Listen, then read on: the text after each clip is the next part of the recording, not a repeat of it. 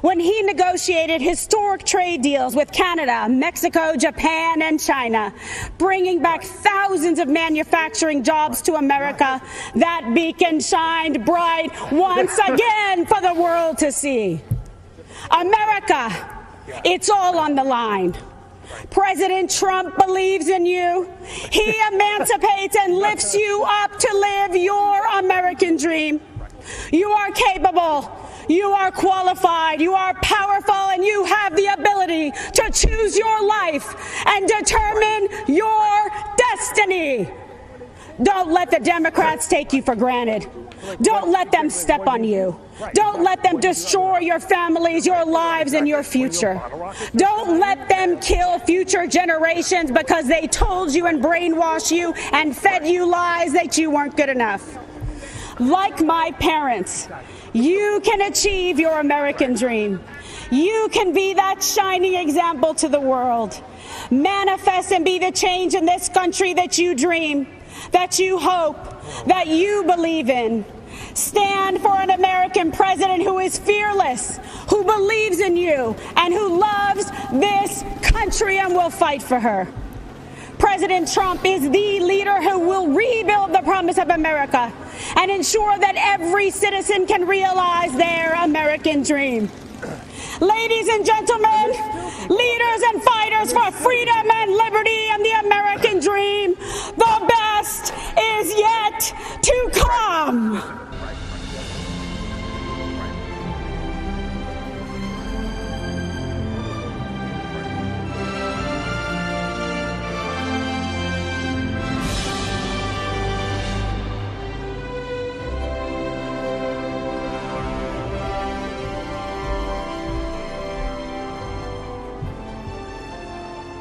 I'm Congressman Steve. Tough challenges in America. This isn't the first time we've been here. I've worked closely with Donald Trump over the last few years, and if there's one constant theme to how he approaches problems, it's how much he cares about the hardworking people that Washington left behind. I've seen this firsthand. After I was shot on a baseball field by a leftist gunman, first responders rushed me to a hospital where I battled for my life. That same night, Donald Trump came to the hospital along with First Lady Melania Trump. They consoled my wife Jennifer. They were there for my family in my darkest hours.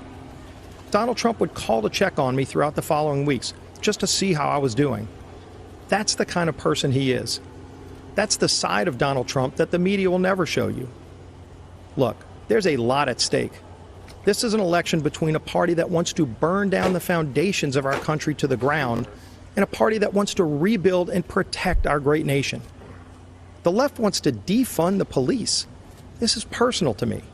I wouldn't be here without the bravery and heroism of the men and women in law enforcement who saved my life. President Trump stands with those brave men and women.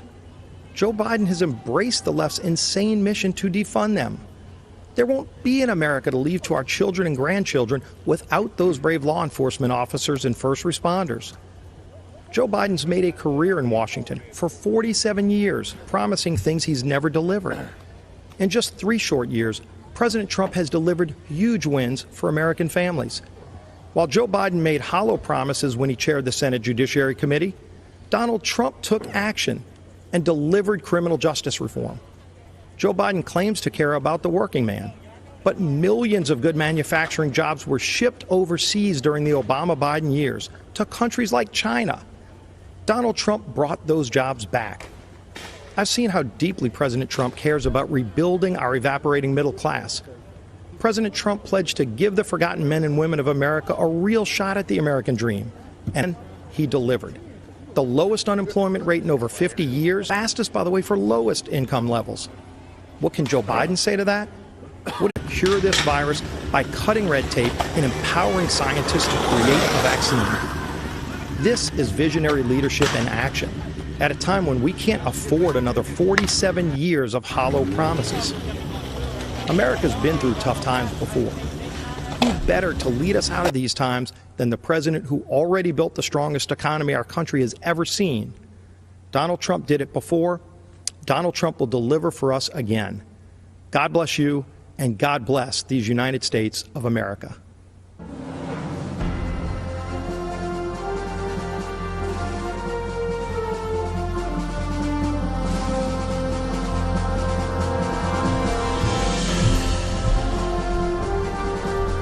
I'm Sean Parnell, and it is in 2006, the Army sent me to Afghanistan as a young platoon leader, placed in command of Americans from every corner of our planet. Our platoon reflected the diversity of our nation, every race, creed, and religion. Despite those differences, we were bound together as brothers from the same American family. On June 10, 2006, our platoon was attacked just after dawn.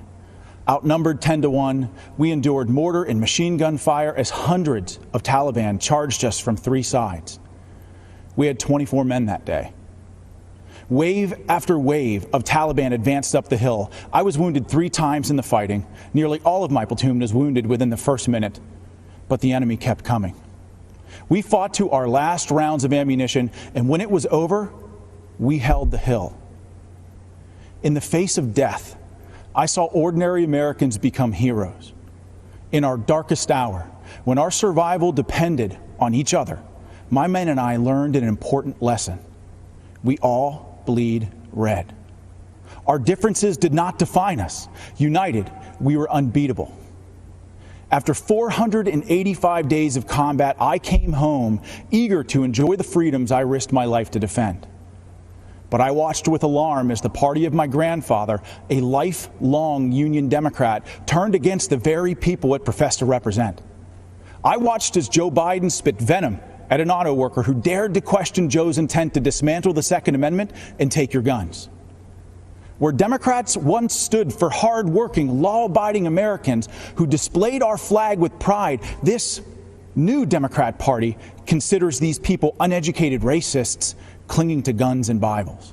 The party of Harry Truman became the party of hedge fund managers, Hollywood celebrities, tech moguls, and university professors, all bloated with contempt for middle America. I look across the aisle and I do not see a party that wants you to pursue your dreams. I see a Democrat Party that wants to dictate what those dreams are. I don't see a party that wants you to be free. I swore an oath to defend my country and its Constitution. President Trump has sworn to do the same. That's why he's advanced freedom, despite savage political attacks, to overcome the agenda of the radical left. Third president in our history. He triggered the rising tide of working families, brought us energy independence, reclaimed jobs from overseas that, Democrats said would never return. He has fiercely defended the besieged First and Second Amendments. That is just a start.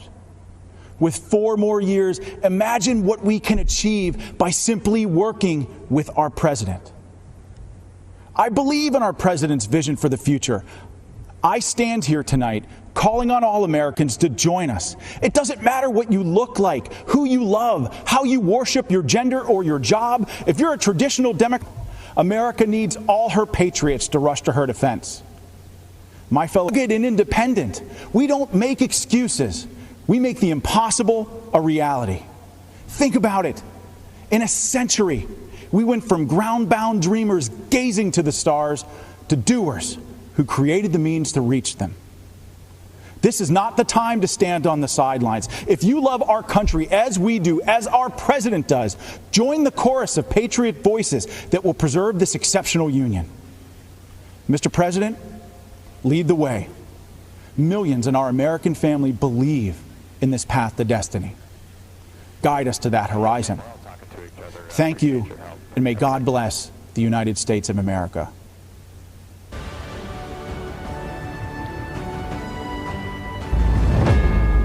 We come together to imagine a future determined by the shining light of our hopes and values and faith. A country where we are judged by our character with dignity and respect for all. The belief that all are created equal, that lives matter irrespective of race, creed, or color. Committed to excelling beyond our dreams. 4 years ago, we faced an historic crossroad. Career politicians promising change every election, but delivering emptiness. We chose a different path. A man who is not a politician. A man who cares. A man who works tirelessly for you. Still, politicians spun their deceptions and obstructed progress, fanning the flames of lawlessness. We all know that it is easy to criticize. It takes a true leader to solve problems. COVID-19, while others criticize without solutions, President Trump's swift action saved lives. And as leading Democrats want to keep businesses closed down, our president is leading the way for a full economic recovery. We are America. We as Americans work together to overcome challenges, write our own stories. America, land of promise, land of opportunity, land of heroes, land of greatness.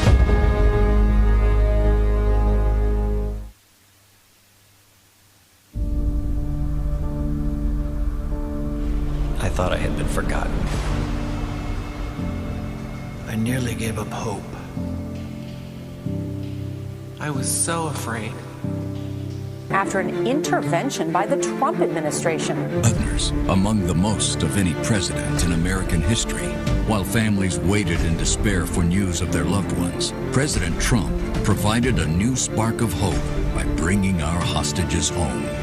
We have Danny Burch back home, where he should be. He was in Yemen in a very horrible situation. Yesterday, the United States government secured the release of Caitlin Coleman, Joshua Boyle, and their 3 children. Today, we are bringing home another American citizen. We just had news that Turkey released a prisoner that we were trying to get to the United States. Under this administration, America has not and will not turn its back on our people. President Trump will bring them home.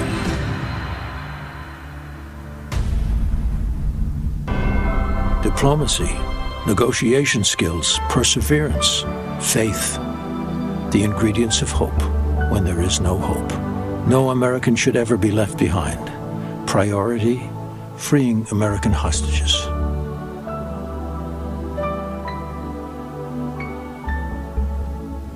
We have 6 incredible people who were held hostage by various countries, and I'm very pleased to let everybody know that we brought back over 50 hostages from 22 different countries.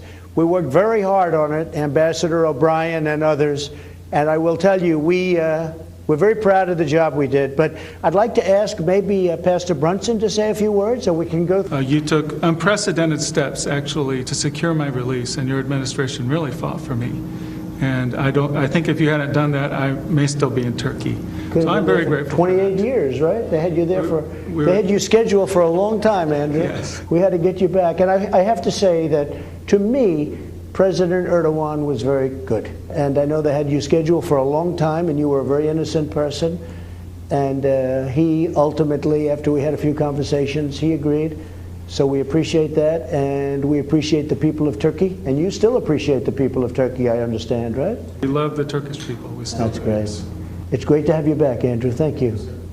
Please. Mr. President, thank you for having me. Thank My you. name is Sam Goodwin. I'm from St. Louis, Missouri. I was held in Syria for 63 days, and I think I speak for my fellow former hostages and detainees here when I say I'm as grateful as I've ever been for anything to be home safely. And thank you for the invitation and opportunity to be here. Particularly, Ambassador O'Brien was incredibly supportive and helpful to my family, and can't say enough nice things about him. Thank you for promoting him. Good. And just really happy to be here, so thank you. We got you back. You got me back, yeah. We got you all back, and we have some more that we're working on right now to get back that we better do. Please, go ahead. My name is Michael White, Mr. President. I do, once again, it's an honor to be here, honor to meet you in person. Basically, what had happened with me is I traveled over to the country of Iran. It turned out it was a major trap, and I was apprehended there. I went through a lot in their injustice system, in the Iranian justice system. Iran is an oppressive, extortionist, terrorist regime. You know what I'm talking about. Please. Yeah, my name is Josh Holt. This is my wife, Tammy. Yes. We were held hostage in Venezuela for 2 years. I know very well. And you helped us get out. Senator Hatch worked with you very well on that as well. And it was a great honor to be able to meet you right when we got back. And I remember a lot of people asking me, what was it like meeting President Trump? And I just say I was blown away. I just gotten released after 2 years. Then I'm shaking the hand of the president in the Oval Office. So I don't really remember a whole lot of it. So it's nice to meet you again, and it's been great. It's been great to be back, helping people through situations that they've gone through, and now we're able to do it.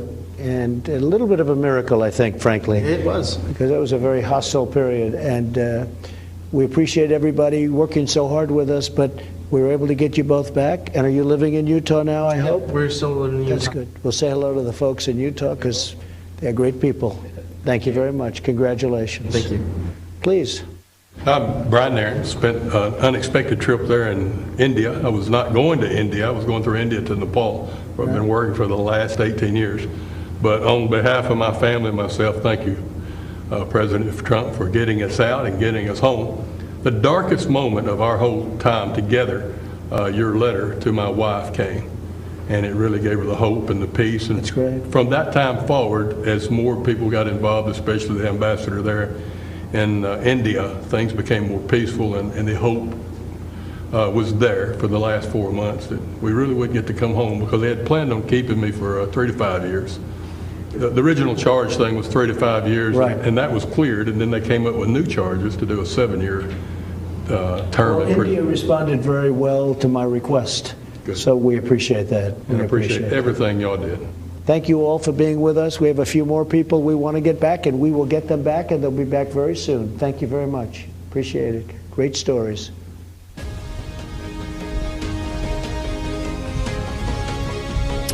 Hello, my name is Maximo Alvarez. I live in Miami, Florida, not far from the state of Florida, which is in just a 90-mile wide blue strip on a map for me. It divides freedom from fear. It divides the past from the present, from the future. I know all about the past. I'll never forget my own. My family has fled totalitarianism and communism more than once. First my dad from Spain, then from Cuba. But my families don't run away. By the grace of God, I live the American dream, the greatest blessing I ever had. My dad, who only had a 6th grade education, told me, don't lose this place. You'll never be as lucky as me. I'm speaking to you today because my family is done abandoning what we rightfully earned. There's no place to hide. I'm speaking to you today because President Trump may not always be politically correct. He's in fact a successful businessman, not your average career politician. Our president is just another family man, a friend, and most important, our elected commander-in-chief who puts America first. Keep in mind, the other guy running for president is mostly concerned about power. Yes, power for them, but not for the benefit of all Americans. I'm speaking to you today because I have seen people like this before. I've seen movements like this before. We cannot let them take over our country. I heard the promises of Fidel Castro, and I can never forget all those who grew up around me, who looked like me, who suffered and starved and died because they believed those empty promises. They swallowed the communist poison pill. If you have a chance, go to the Freedom Tower in Miami. Stop and listen. You can still hear the sounds of those broken promises. It is the sound of waves in the ocean carrying families clinging to pieces of wood. Families with children who can't swim, but willing to risk everything to reach this blessed land. It is the sound of tears hitting the paper of an application to become an American citizen. Most heard and liked the promises, but soon after, they experienced the reality. Look at them, listen to them, learn the truth. Those false promises spread the wealth. Free education, free health care, defund the police. Trust the socialist state more than your family and your community. They don't sound radical to my ears. They sound familiar. And Fidel Castro was asked if he was a communist. He said he was a Roman Catholic. He knew he had to hide the truth. But the country I was born in is gone, totally destroyed. When I watch the news in Seattle, Chicago, Portland, and other cities, when I see the history being rewritten, when I hear the promises, I've heard echoes of the former life I never wanted to hear again. I see shadows I thought I had outrun. My parents only wanted one person to decide my fate, me. Not some party member, not some government official, not some bureaucrat. In America, I would decide my own future. I am so grateful to America, the place where I was able to build my American dream through hard work and determination. President Trump knows that the American story was written by people just like you and I, who love our country and take risks to build a future for our families and neighbors. I may be a Cuban-born, but I am 100% American. This is the greatest country in the world. And I said this before. If I gave away everything that I have today, it would not equal 1% of what I was given. Great. Right now, it is up to us to decide our fate and to choose freedom over oppression. President Trump, he's fighting the forces of anarchy and communism. And I know he will continue to do just that. And what about his opponent and the rest of the DC swamp? I have no doubt they will hand the country over to those dangerous forces. You and I will decide. And here's what I've decided. My decision is very easy. I choose President Trump, choose freedom. I still hear my dad.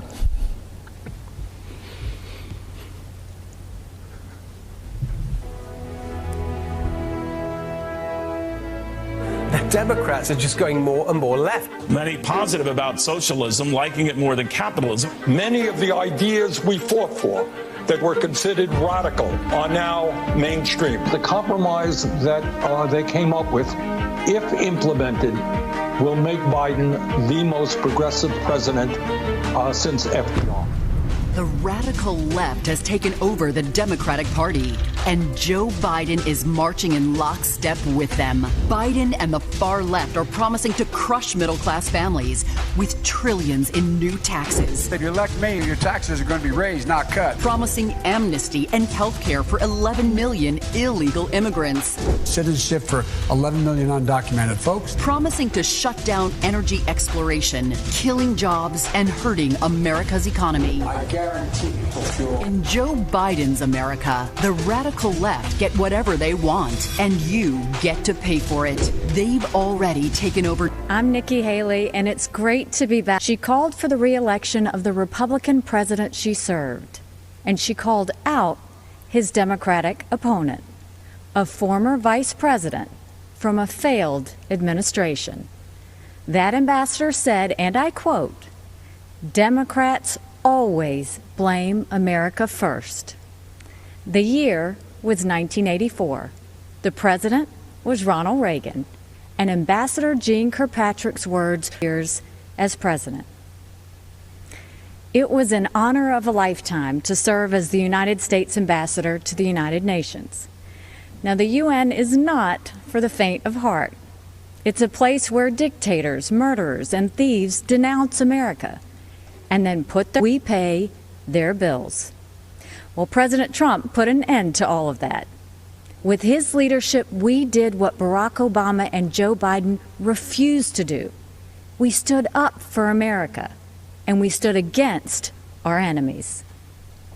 Obama and Biden let North Korea threaten America. President Trump rejected that weakness, and we passed the toughest sanctions on North Korea in history. Obama and Biden let Iran get away with murder and literally sent them a plane full of cash. President Trump did the right thing and ripped up the Iran nuclear deal. Obama and Biden led the United Nations to denounce our friend and ally, Israel. President Trump moved our embassy to Jerusalem, and when the UN tried to condemn us, has a record of weakness and failure. Joe Biden is good for Iran and ISIS, great for communist China, and he's a godsend to everyone who wants America to apologize, abstain, and abandon our values. Donald Trump takes a different approach. He's tough on China, and he took on ISIS and won, and he tells the world what it needs to hear. At home, the president is the clear choice on jobs and the economy. He's moved America forward, while Joe Biden has held America back. When Joe was VP, I was governor of the great state of South Carolina. We had a pretty good run. Manufacturers of all kinds flocked to our state from overseas, creating tens of thousands of American jobs. People were referring to South Carolina as the beast of the Southeast, which I loved. Everything we did happened in spite of Joe Biden and his old boss. We cut taxes, they raised them. We piled on. I fought back, and they gave up. A Biden-Harris administration would be much, much worse. Last time, Joe's boss was Obama. This time, it would be Pelosi, Sanders, and the squad. Their vision for America is socialism, and we know that socialism has failed everywhere. They want to tell Americans how to live and what to think. They want a government takeover of health care. They want to ban fracking and kill millions of jobs. They want massive tax hikes on working families. Joe Biden and the socialist left would be a disaster for our economy. But President Trump is leading a new era of opportunity. Before Communist China gave us the coronavirus, we were breaking economic records left and right. The pandemic has set us back, but not for long. President Trump brought our economy back before, and he will bring it back again. There's one more important area where our president is right. He knows that political correctness and cancel culture are dangerous and just plain wrong. In much of the Democratic Party, it's now fashionable to say that America is racist. That is a lie. America is not a racist country. This is personal for me. I am the proud daughter of Black and White World. We face discrimination and hardship, into grievance and hate. My mom built a successful business. My dad taught 30 years at a historically black college. And the people of South Carolina chose me as their first minority and first female governor. America is a story that's a work in progress. Now is the time to build on that progress and make America even freer. Oh, we can do better. And of course we value and respect every black life. The black cops who've been shot in the line of duty, they matter. The black small business owners who've watched their life's work go up in flames, they matter. The black kids who've been gunned down on the playground, their lives matter too. And their lives are being ruined and stolen by the violence on our streets. It doesn't have to be like this. It wasn't like this in South Carolina during Bible study. 12 African Americans pulled up a chair and prayed with him for an hour. Then he began to shoot. After that horrific tragedy, we didn't turn against each other. We came together, black and white, Democrat and Republican. Together, we made the hard choices needed to heal and removed a divisive symbol peacefully and respectfully. What happened then should give us hope now. America isn't perfect, but the principles we hold dear are perfect. If there's one thing I've learned, it's that even on our worst day, we are blessed to live in America, not falls apart in anarchy and anger. We know that the only way to overcome America's challenges is to embrace America's strengths. We are striving to reach a brighter future where every child goes to school with good jobs, where every entrepreneur has the freedom to achieve and inspire. Promise that future starts when the American people re-elect President Donald Trump.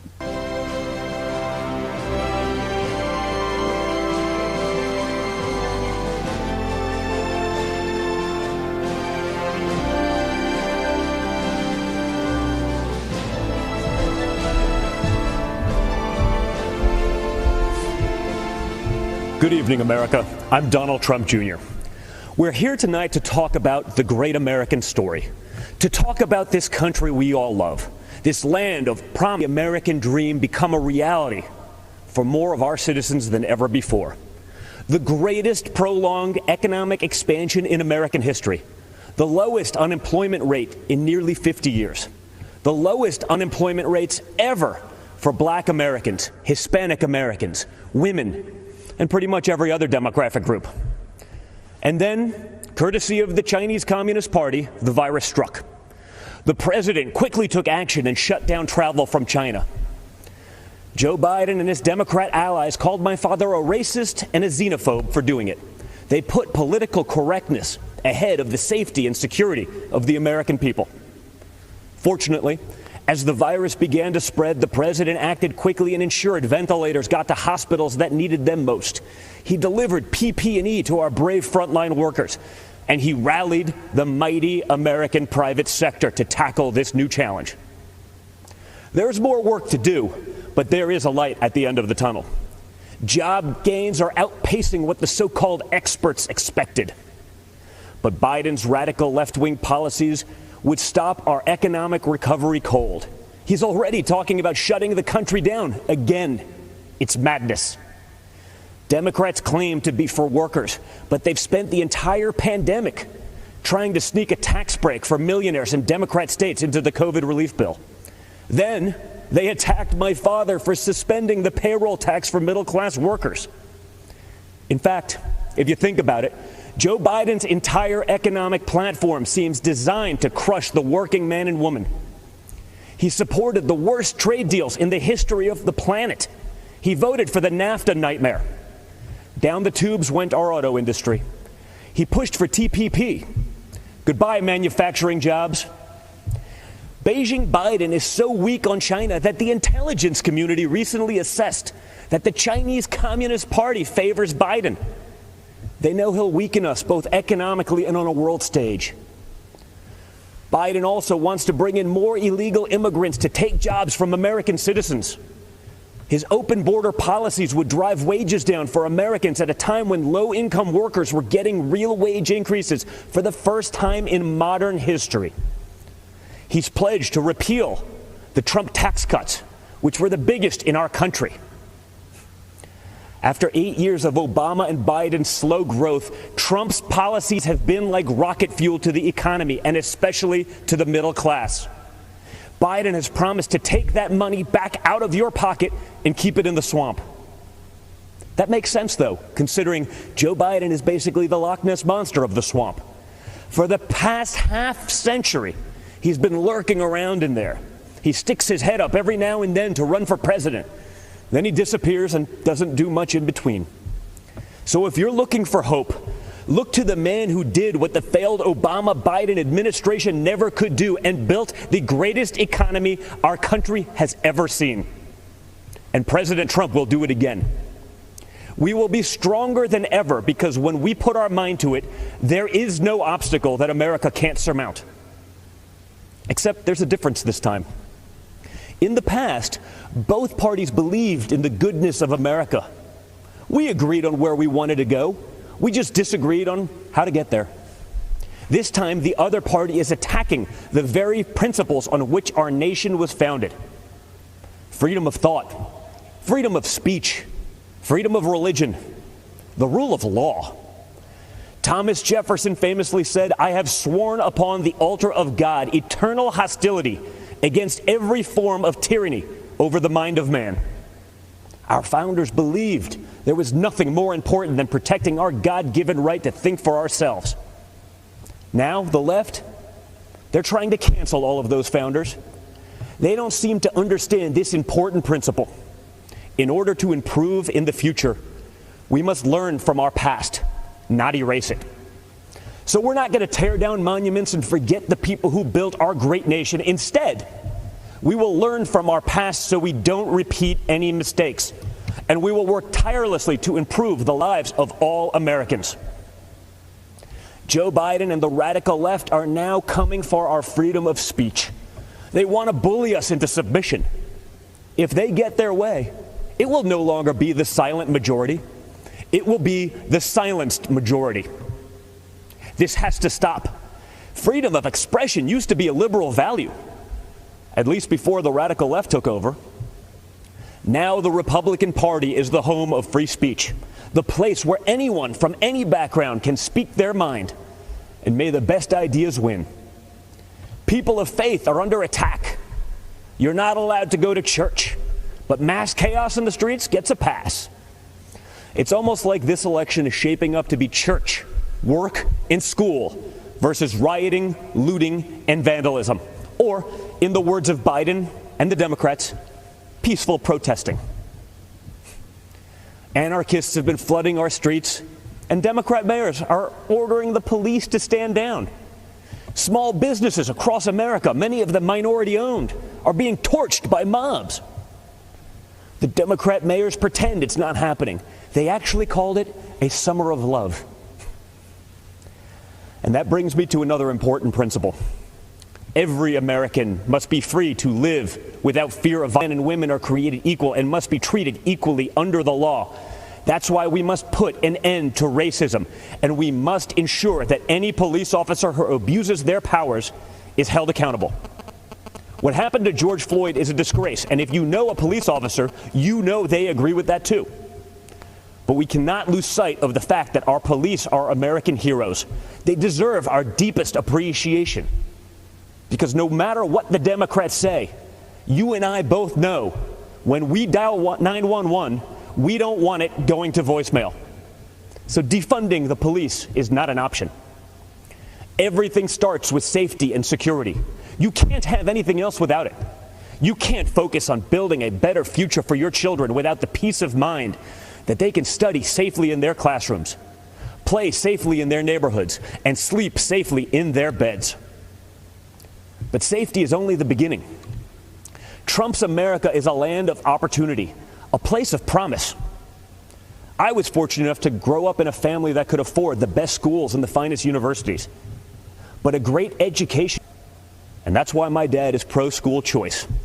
That's why he's called education access the civil rights issue, not just of our time, but of all time. It is unacceptable that too many African American and Hispanic American children are stuck in bad schools just because of their zip code. Donald Trump will not stand for it. If Democrats really wanted to help minorities and underserved communities, instead of bowing to big money union bosses, they'd let parents choose what school is best for their kids. They'd limit immigration to protect American workers. They'd support the police who protect our neighborhoods. They'd learn how to negotiate trade deals that prioritize America's interests for a change. They'd end the endless wars and quit sending our young people to solve problems in foreign lands. They'd cut taxes for families and workers. They'd create opportunity zones that drive investment into inner cities. In other words, if Democrats cared for the forgotten men and women of our country, they'd do exactly what President Trump, one with true equal opportunity, where hard work pays off and justice is served with compassion and without partiality. You can have it. Imagine a world where the evils of communism and radical Islamic terrorism are not given a chance to spread, where heroes are celebrated and the good guys win. You can have it. That is the life. That is the country. That is the world that Donald Trump and the Republican Party are after. And yes, you can have it. Because unlike Joe Biden and the radical left Democrats, our party is open to everyone. It starts by rejecting radicals who want to drag us into the dark and embracing the man who represents a bright and beautiful future for all. It starts by re-electing Donald J. Trump. Thank you, and God bless America.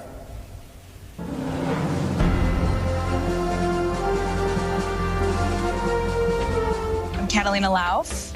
I work in the political space. And I'm Madeline Lauf, and I'm the founder of Begin Health, a children's nutritional company. We grew up in a really small town outside of Chicago. Our mom's from Guatemala. Our dad's a small business owner from Chicago, and so we brought two different cultures together to create us. A little bit of crazy and a little bit of fun, I guess. They taught us the values of hard work, liberty, to love this country unapologetically. Our dad is a beekeeper. So many different things out in the countryside, and it was just such a sweet, We grew up selling honey at farmers markets, so my line was, have you ever been stung by a bee? But really, it was teaching us, again, entrepreneurship, small business, self-reliance, and that we're the one from Guatemala. Escaping what she had there, growing up in poverty, and coming here to the United States, being able to fulfill her destiny and be somebody that she couldn't there in her home country. And they really instilled in us the sense of purpose, but also self-accountability, and that we had to strive to do the things that we wanted, and it was up to us to make those things happen. In America, there's no ceiling of opportunity. You define your own destiny through personal responsibility, through hard work, through having a moral value system. That's the American dream, and President Trump's providing that for everybody. Look at my business, Begin Health. As a small startup that is growing and launching, we are constantly trying to innovate, and the big challenge that COVID brought that we just didn't see coming was that just almost everything kind of just shut down. And when you are a small startup and you have limited funding, and the funding is really only to kind of get you to that next milestone, we were really struggling. And so we were able to apply for a PPP loan, which really helped allow us to continue hiring and working and developing our products so that we could ultimately still launch. It's now more than ever so important to have a president and an administration that understands that small business is the backbone of our economy. Tax Cuts and Jobs Act was huge. Manufacturing, deregulation, fair trade. These are things that affected real Americans. We have a champion in the Oval Office who has this business background. He actually understands the need for small businesses like my sisters to survive. We aren't the stereotypical conservative. I mean, we come from Hispanic descent, and we're millennial women, and that's not what the media wants. And so somebody like AOC, Alexandria Ocasio-Cortez, this far left, these women come out with these very, very destructive political ideologies that are trying to infiltrate millennials and the next generation. I've decided to step up and say, well, we need a counter voice to these women. There has been an assault on capitalism, just generally. And I think it's very scary to imagine a Biden world where the progressive wing ideas are starting to take front and center stage. That will really choke the American economy. There will be over-regulation, over-taxation. It's very hard to innovate through those two things. And ultimately, what's really sad is the thought of, making all of us dependent on the government, and we are not going to allow that. I've seen a lot of moderates, a lot of people now changing over because of everything that's been happening. This is a taste of Biden's America. I mean, the rioting, the crime, freedom is at stake now, and this is going to be the most important election of our lifetime. We want to preserve the America that our mother came here for. Having a thriving economy, that is keeping America great, and President Trump has delivered on that promise. He's truly fighting for the American people. We're the greatest country in the world, period. On our worst day, we're still the greatest country in the world. And in order to preserve that, it's by putting America first, having a thriving economy, having happiness.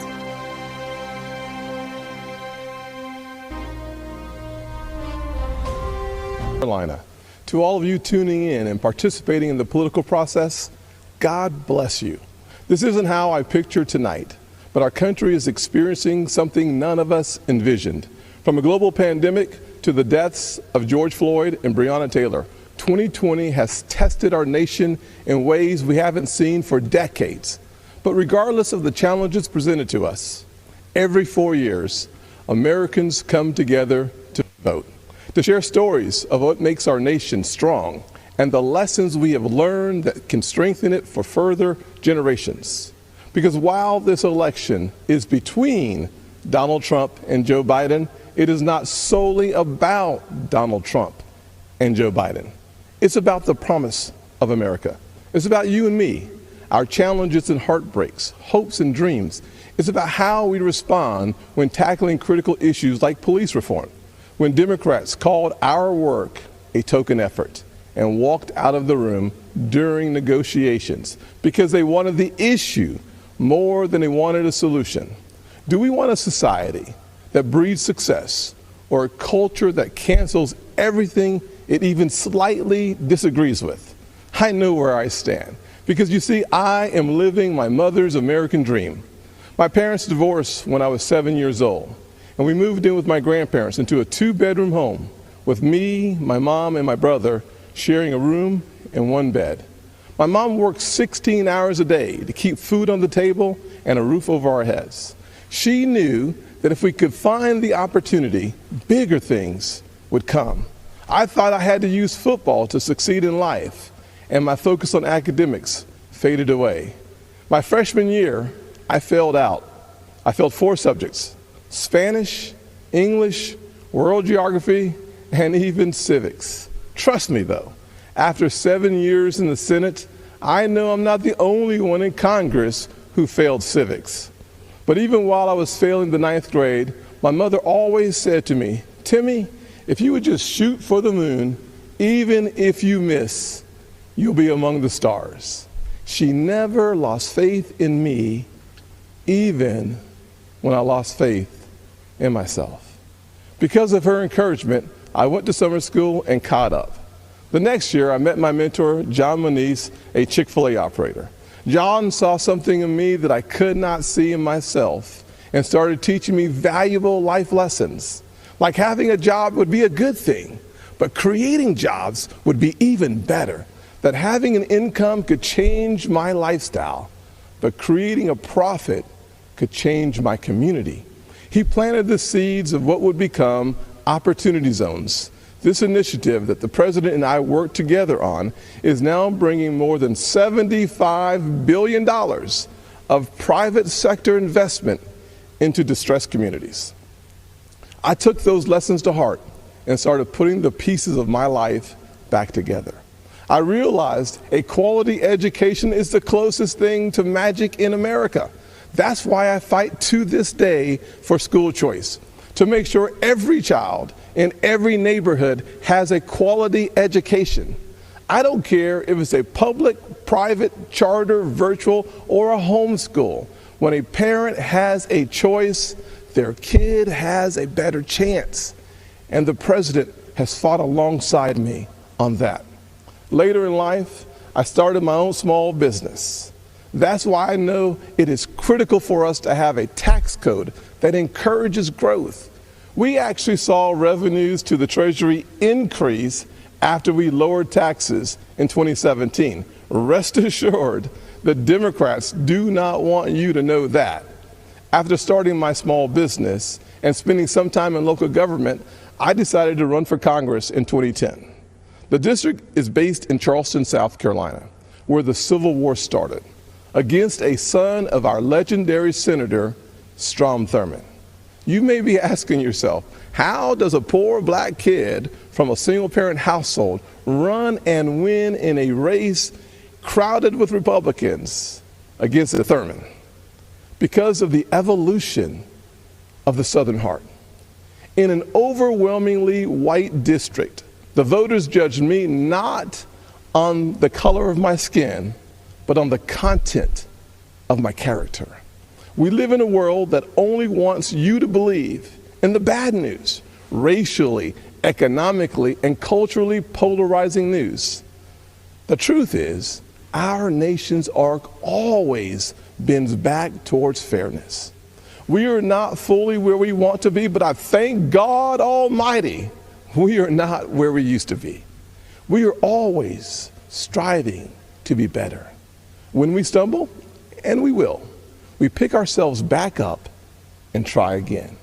We don't give in to cancel culture or the radical and factually baseless belief that things are worse today than in the 1860s or the 1960s. We have work to do, but I believe in the goodness of America, the promise that all men and all women are created equal. And if you're watching tonight, I'm betting you do too. Over the past 4 years, we have made tremendous progress towards that promise. President Trump built the most inclusive economy ever. 7 million jobs created pre-COVID-19, and 2/3 of them went to women, African Americans, and Hispanics. The first new major effort to tackle poverty in a generation, opportunity zones. We put hard-earned tax dollars back in people's pockets by cutting their taxes, especially for single-parent households like the one I grew up in, cutting single mothers' taxes 70% on average. President Trump supported these tax cuts for those single moms and other working families and signed these policies into law, and our nation is better off for it. So, I'm going to ask you, the American people, not to simply look at what the candidates say, but to look back at what they've done. This election is about your future, and it is critical to paint a full picture of the records of Donald Trump and Joe Biden. Joe Biden said if a black man didn't vote for him, he wasn't truly black. Joe Biden said black people are a monolithic community. It was Joe Biden who said poor kids can be just as smart as white kids. And while his words are one thing, his actions take it to a whole new level. In 1994, Biden led the charge on a crime bill that put millions of black Americans behind bars. President Trump's criminal justice reform law fixed many of the disparities Biden created and made our system more fair and just for all Americans. Joe Biden also failed our nation's historically black colleges and universities, heaping blame on them as they fought to ensure our young folks had access to higher education. Once again, to clean up Joe Biden's mess, President Trump signed into law historically high funding for HBCUs, as well as a bill to give them permanent funding for the first time ever. And now Joe Biden wants to come for your pocketbooks. Unless, of course, you're a blue state millionaire. I'm serious. That's one of their solutions for the pandemic. They want to take more money from your pocket and give it to Manhattan elites and Hollywood moguls so they get a tax break. Republicans, however, passed President Trump's once-in-a-generation tax reform bill that lowered taxes for single moms, working families, and those in need. So when it comes to what Joe Biden says he'll do, look at his actions. Look at his policies. Look at what he already did and what he didn't do while he's been in Washington for 47 years. Ladies and gentlemen, people don't always see those failures because they think we're having a policy debate on two sides of an issue. That is not what is happening.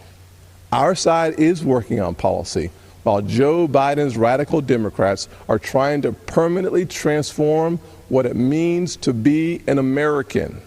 Make no mistake, Joe Biden and Kamala Harris want a cultural revolution, a fundamentally different America. If we let them, they will turn our country into a socialist utopia.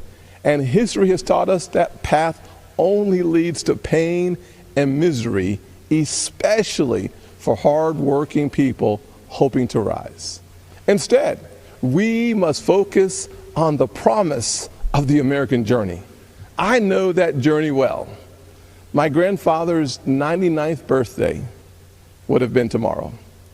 Growing up, he had to cross the street if a white person was coming. He suffered the indignity of being forced out of school as a third grader to pick cotton, and he never learned to read or write. Yet, he lived long enough to see his grandson become the first African American to be elected to both the United States House and the United States Senate in the history of this country. Our family went from cotton to Congress in one lifetime. And that's why I believe the next American century can be better than the last. There are millions of families just like mine all across this nation, full of potential, seeking to live the American dream. And I'm here tonight to tell you that supporting the Republican ticket gives you the best chance of making that dream a reality. God bless you. And Father, please continue blessing the United States of America. God bless.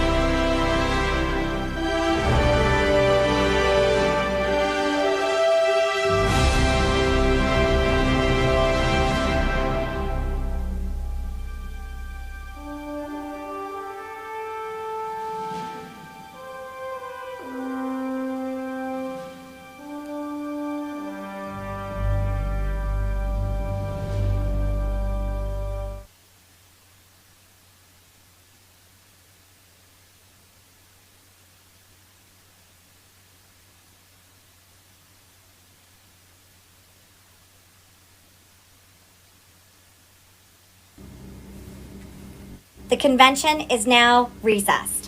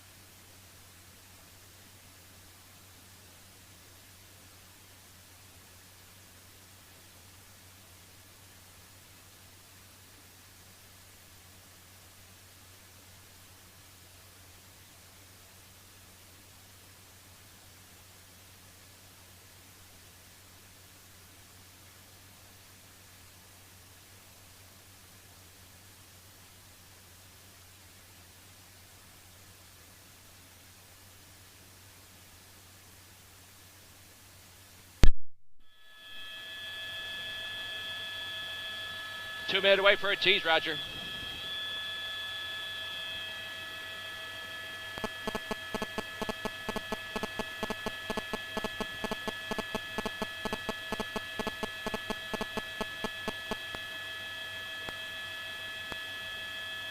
Okay, Roger.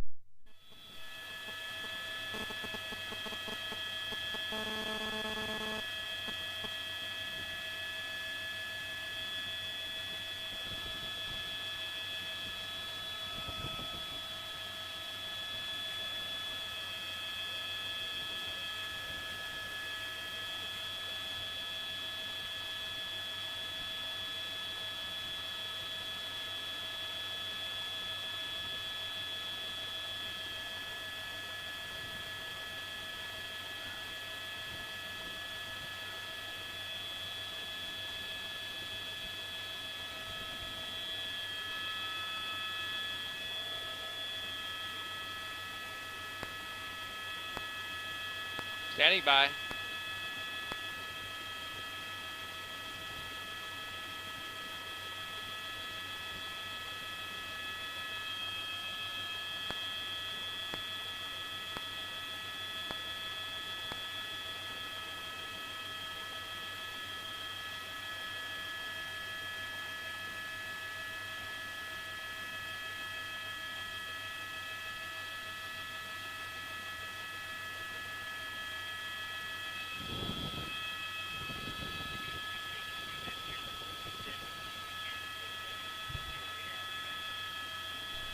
Okay, Roger. What is your estimate on fuel for now?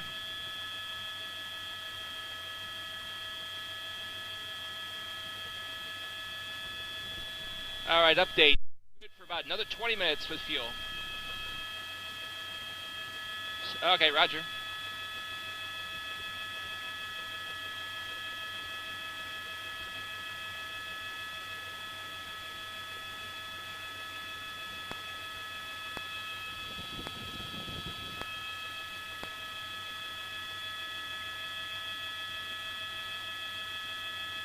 I think they're a little outgunned, it looks like.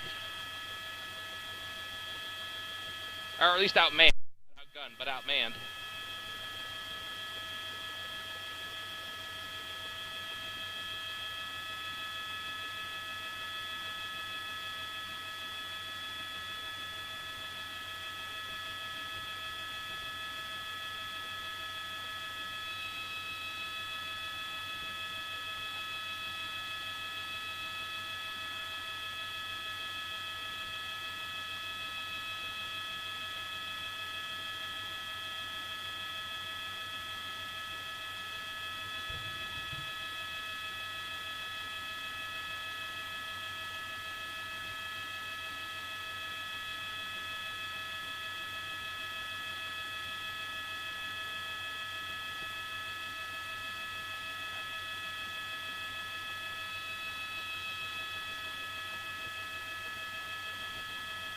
Okay, Roger.